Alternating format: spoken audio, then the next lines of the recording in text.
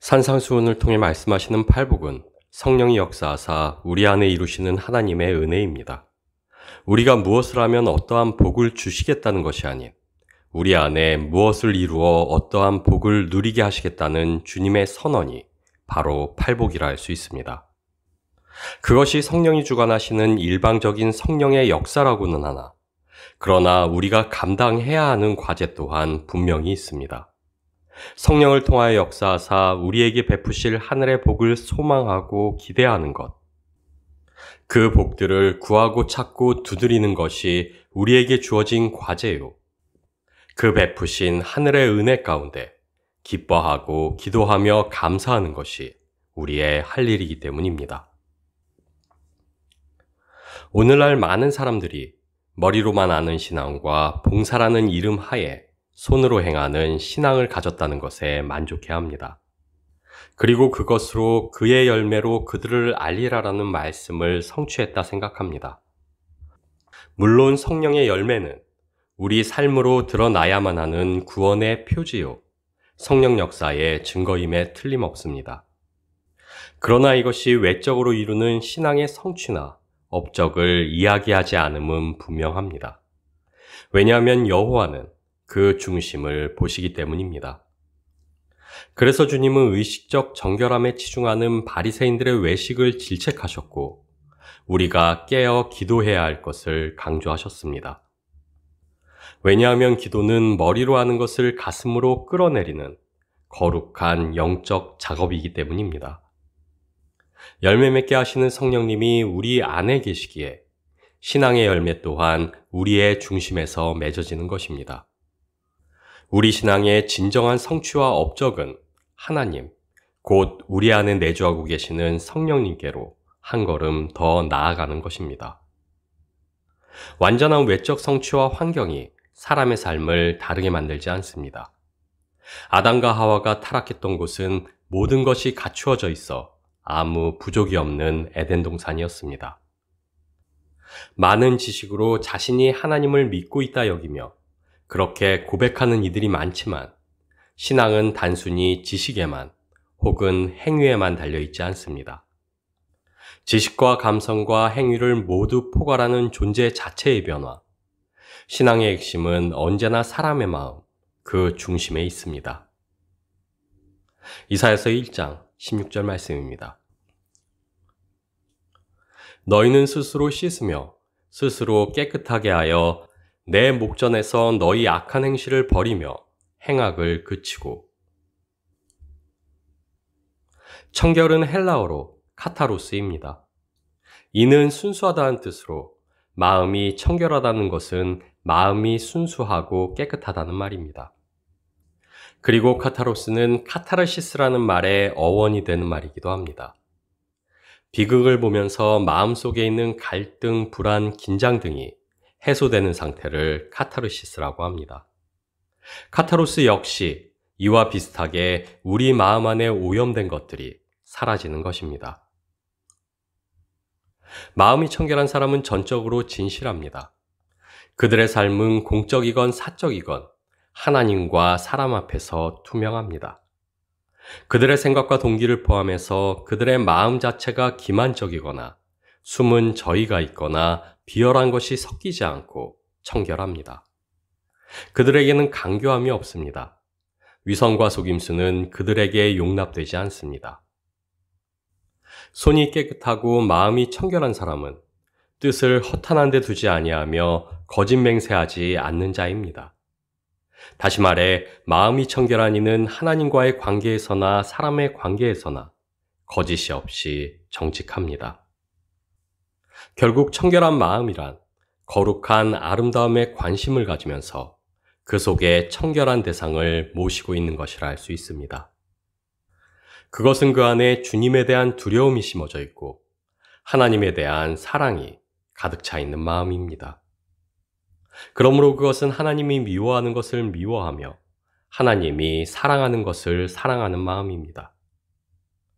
청결한 마음은 못된 생각과 비열한 상상력과 사악한 욕망을 깨닫게 하는 마음이요.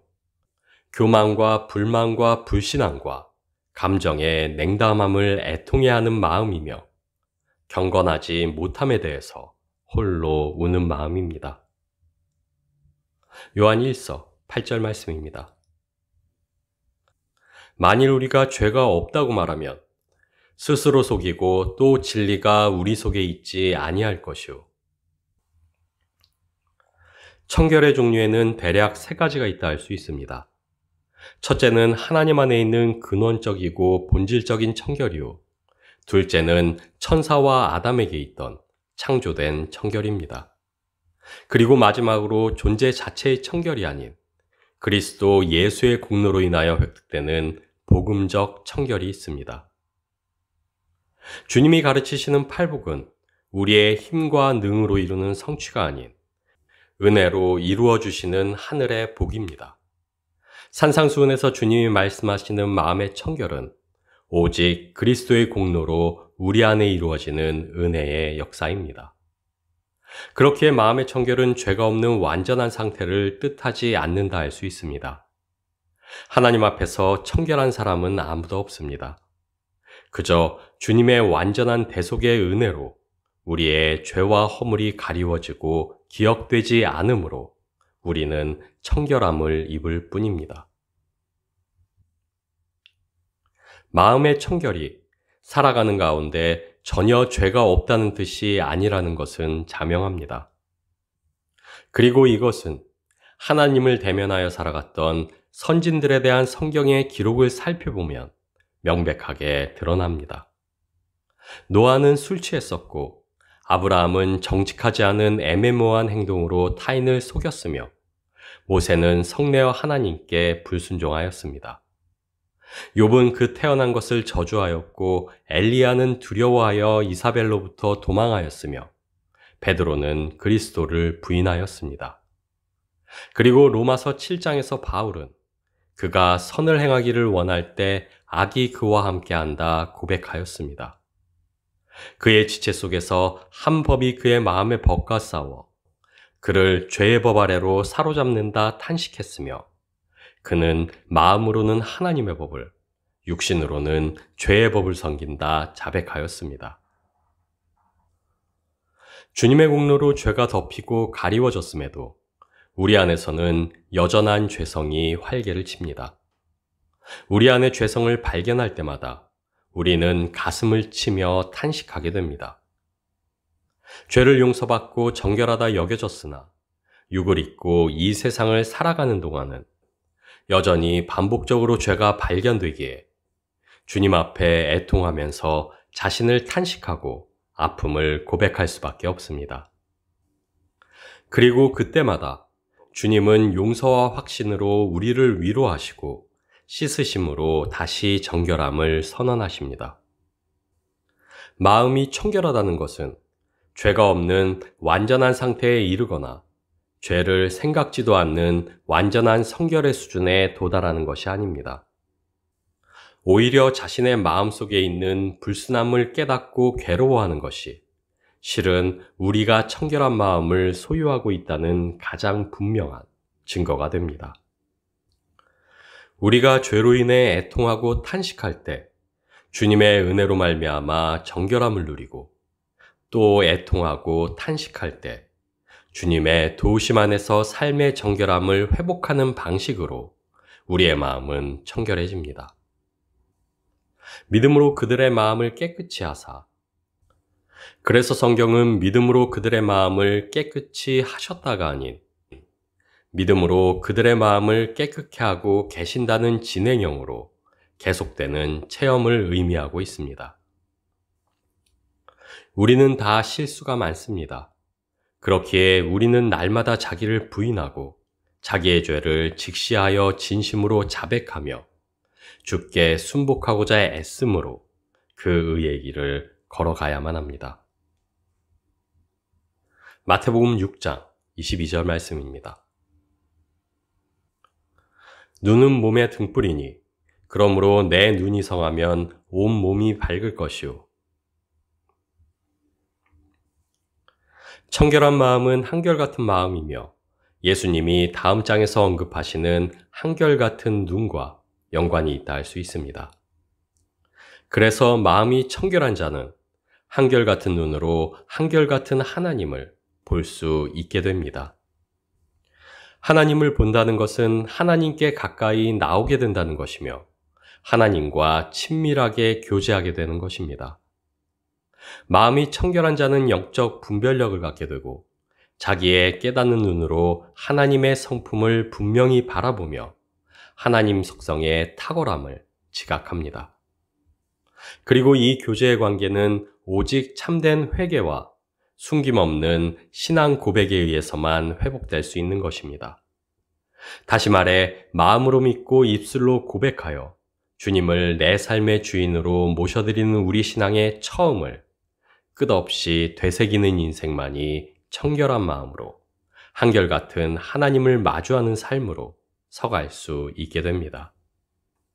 그렇게 주님이 가르치시는 6번째 복, 마음의 청결은 심령의 가난함을 깨닫는 것으로부터 시작되어 긍휼히 여기는 데까지 이르는 그 과정의 반복이 이루어내는 하늘의 복이라 할 수 있습니다. 사도행전 15장 9절 말씀입니다.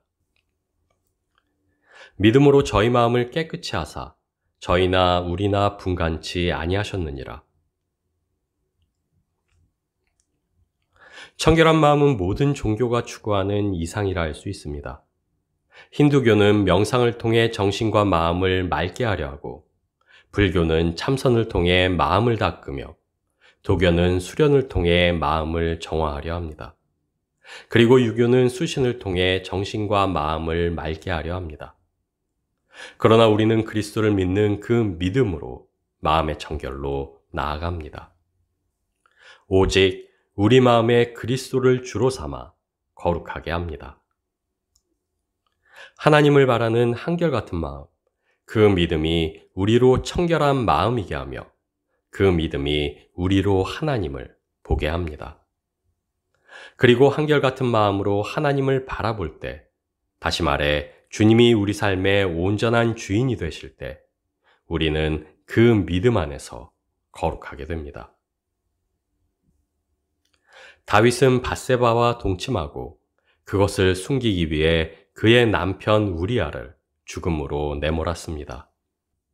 그러나 선지자 나단이 그를 꾸짖자 다윗은 그 옷을 찢고 여호와께 죄를 자백하고 회개합니다. 그리고 시편 51편의 노래를 지어 부릅니다. 내 하나님이여 내 속에 정한 마음을 창조하시고 내 안에 정결한 영을 새롭게 하소서. 다윗의 이야기는 우리가 청결한 마음으로 하나님을 대면하는 과정을 잘 보여준다 할 수 있습니다. 우리가 힘써 이루어낸 그 무엇이 아닌 그리스도 예수를 의지하여 진실되이 죄를 자백하고 겸손히 하나님을 바라는 그 마음이 우리를 하나님 앞에서 구별되게 합니다. 우리는 오직 하나님의 말씀과 기도로 거룩하여집니다. 우리가 구하여 찾는 하나님이 우리를 거룩하게 하시며 그분의 말씀대로 살아가는 우리의 순종이 우리로 성별되게 합니다. 하나님 앞에서 마음이 청결하여 간교함이 전혀 없는 이는 말씀이 육신되어 오신 예수 그리스도뿐입니다. 그렇게 청결한 마음으로 하나님을 보는 자는 오직 그리스도 예수를 의지하는 그 믿음으로 사는 자입니다. 그리고 믿음으로 산다는 것은 오직 주의 주되심에 순복하겠노라는 우리 신앙의 고백대로 살아간다는 것이요 주님의 계명대로 살아가는 것입니다. 너희가 진리를 순종함으로 너희 영혼을 깨끗하게 하여 거짓이 없이 형제를 사랑하기에 이르렀으니 마음으로 뜨겁게 피차 사랑하라. 말씀을 의지하여 말씀대로 살아가는 것, 그것이 청결한 마음으로 하나님을 대면하여 살아가는 우리의 신앙입니다.